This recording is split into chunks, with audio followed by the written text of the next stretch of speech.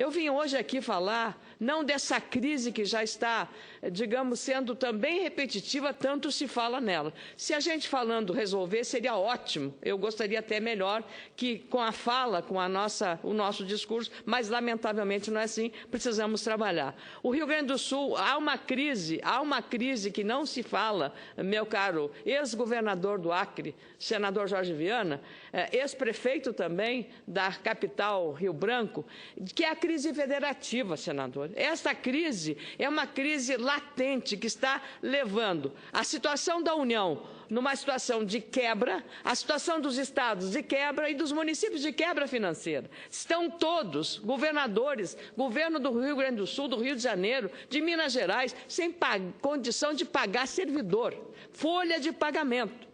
Então, imaginem só, ontem o Supremo Tribunal Federal concedeu uma liminar, seguindo, aliás, o que já havia acontecido com Santa Catarina, desta vez beneficiando o Rio Grande do Sul, em relação à liminar que modifica a forma do cálculo dos juros sobre a dívida dos estados com o Tesouro Nacional, impedindo que haja punição pelo pagamento em valor menor do que o exigido pela União no acordo da dívida. Na semana passada, uma liminar semelhante foi concedida a Santa Catarina, o que incentivou, aliás, outros estados, como o meu, a também ingressarem com ações no STF.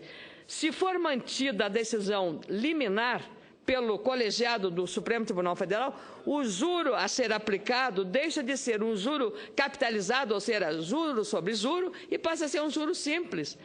E aí é que está a grande questão que nós, senadores do Rio Grande do Sul, senadores todos, porque essa é a Casa da Federação, vem tratando. Quando se mudou o indexador da dívida, se mexeu só no estoque, não se mexeu no desembolso e nem no fluxo mensal dos estados. A liminar requerida pela Procuradoria-Geral do Estado do Rio Grande do Sul foi concedida pelo ministro Luiz Fachin, que na semana passada havia sido um voto vencido ao lado do ministro Roberto Barroso, quando 9 ministros foram favoráveis à concessão de liminar para Santa Catarina. Apesar de discordar da decisão do plenário, o ministro Fachin concedeu a liminar ao governo gaúcho, amparado pela decisão da maioria da Corte.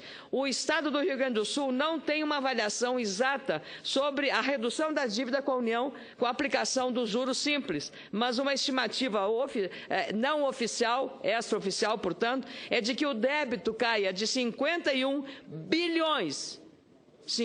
bilhões para, no máximo, 3 bilhões de reais. O Estado vem atrasando o pagamento das parcelas mensais desde o ano passado e, neste mês, já teve 278 milhões de reais bloqueados por conta da prestação que venceu no fim de março, e a opção do governador entre pagar a União e pagar os servidores que precisam comprar os alimentos, os remédios, pagar o aluguel, pagar a energia, pagar o gás, ele preferiu optar pelo interesse da população, dos servidores públicos. Segundo o levantamento, a União perderia 27 bilhões em receitas já neste ano, caso a dívida dos estados, de outros estados, passasse a considerar o juro simples. A medida concederia um desconto de 313 bilhões de reais da dívida total dos entes, o que representa 78% do saldo devedor total.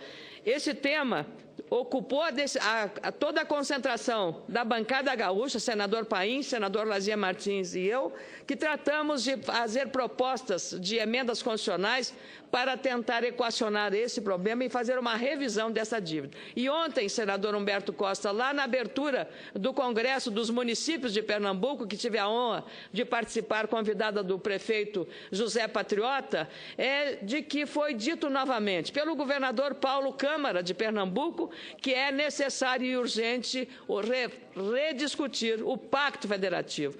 Penso que esta Casa precisa se debruçar sobre isso, caso contrário, nós vamos ter uma falência da federação, que já está fragilizada por essas distorções tão graves que estão acontecendo e inviabilizando as administrações municipais. Rio de Janeiro e Minas Gerais devem seguir no mesmo caminho e bater as portas do Supremo Tribunal Federal, que é a última instância que temos no processo federativo e também no processo do Estado Democrático de Direito. Eu queria agora fazer uma referência aqui pontuar também o que vai agravar ainda mais a situação dos estados e municípios. A economia brasileira, segundo um levantamento publicado hoje pelo Fundo Monetário Internacional, é que o Brasil teve o 6º pior desempenho em matéria de crescimento econômico neste ano. A economia apresentou nesse relatório do Fundo Monetário um decréscimo da economia, uma queda da economia de 3,8%. Isso é uma queda maior do que a previsão inicial de uma queda de 3,5% feita no mês de janeiro. A situação pior da região é a da Venezuela. E outros países estão com um crescimento maior do que o brasileiro. E nós, em 2017, mesmo que o ministro Nelson Barbosa tenha sinalizado que vamos ter um crescimento maior, a previsão é de que em 2017 o crescimento brasileiro seja 0. Então, isso apenas agrava a situação de dificuldade financeira, porque de onde vem a receita dos impostos, se não de uma economia mais ativa, de uma economia que esteja funcionando. Mas com 10 milhões de desempregados, nós já vemos a sinalização perversa do impacto que é a queda na produção industrial, a queda no comércio, a queda de todos os setores. O único setor, senador Moca, que está segurando o país é o agronegócio. Tão mal entendido e tão maltratado muitas vezes. O agronegócio é que vem sustentando a economia brasileira. Então, temos que estimular esse setor. Eu queria, nesse aspecto, nesse capítulo da dívida, lembrar que o relator da proposta do governo do ajuste fiscal, o deputado ex-governador, ex-senador Esperidião Amin, está tirando as cláusulas relativas às condicionantes apresentadas pelo ministro Nelson Barbosa, porque isso comprometeria também o desempenho dos estados e municípios. E é por isso que ele vai retirar para fazer uma negociação com o governo e também com todos os demais partidos. Senadora, permite uma parte?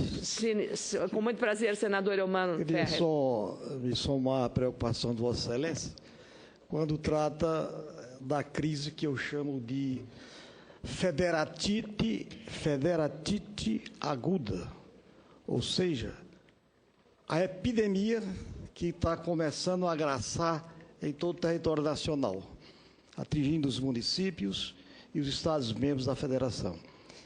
E que nós reconhecemos o esforço desta Casa, através da presidência, que o ano passado criou uma comissão especial e que Vossa Excelência, inclusive, fez parte da comissão sobre o Pacto Federativo. A realidade, minha dinâmica e competente senadora, é que a crise do Estado se agrava. E nós estamos, eu sei o esforço de muitos senadores e senadoras desta Casa, com relação à questão. Mas o problema está sendo empurrado com a barriga. Hoje mesmo nós estávamos tratando lá na CAI, do empréstimo do Estado do Piauí, da Prefeitura de Teresina, que juntamente com outros estados, como o estado de Vossa Excelência, o Rio Grande do Sul, o estado do Rio, o estado de Minas Gerais, aí vai o efeito cascata, o efeito dominó. Mais cedo ou mais tarde, essa epidemia aguda, profunda, vai atingir a todos. Cabe a nós, a esta Casa, que dizemos sempre que é a Casa da Federação, buscar antecipadamente, antes da morte, porque todos estão já na UTI. Alguns vão sair para o cemitério. Se nós não nos acordarmos e avançarmos com medidas concretas, que, aliás, não é só a Federação, é o Estado brasileiro. O Estado que se esgotou. O Estado esgotou. O Estado não mais atende aos desejos, às aspirações coletivas. Haja vistos gravíssimos problemas que nós temos na segurança pública, na saúde pública, e aí vai, previdência, etc. Então, eu queria me congratular com a nobre senadora, me somar às preocupações da nobre senadora e dizer que nós temos que agir rápido, sob pena de virmos e assistirmos o sepultamento, podemos assim dizer, da nossa federação.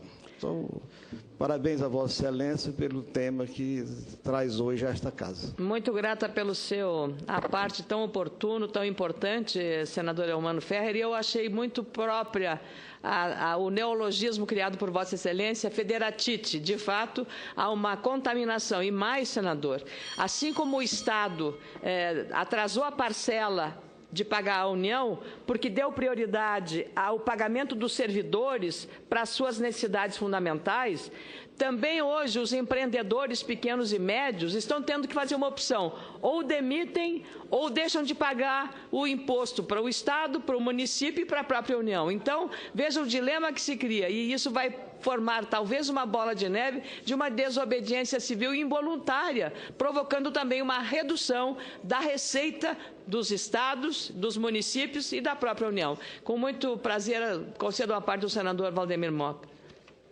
Eu vou ser muito breve, senadora Ana Amélia. Veja bem, isso é aritmético. De tudo que se arrecada no país, 66% do bolo arrecadado fica com a União. Qualquer coisa em torno de 23% a 26% fica com os estados. E os municípios, imagine, fica com a menor parte do bolo. E são os responsáveis direto pelo atendimento na base para a população. Ninguém bate na porta da casa do governador, bate na casa do prefeito e dos vereadores. Então, se os estados estão com problemas, imagine só os nossos municípios. Esse sim, recebe a menor parte dos tributos, e o pior, as pessoas não vivem nos estados e muito menos na União. Isso é uma ficção. As pessoas moram, produzem, trabalham e geram imposto nos municípios, que são arrecadados e ficam tudo aqui, na sua grande maior parte, com a federação, com a União. É uma parte que faço a Vossa Excelência.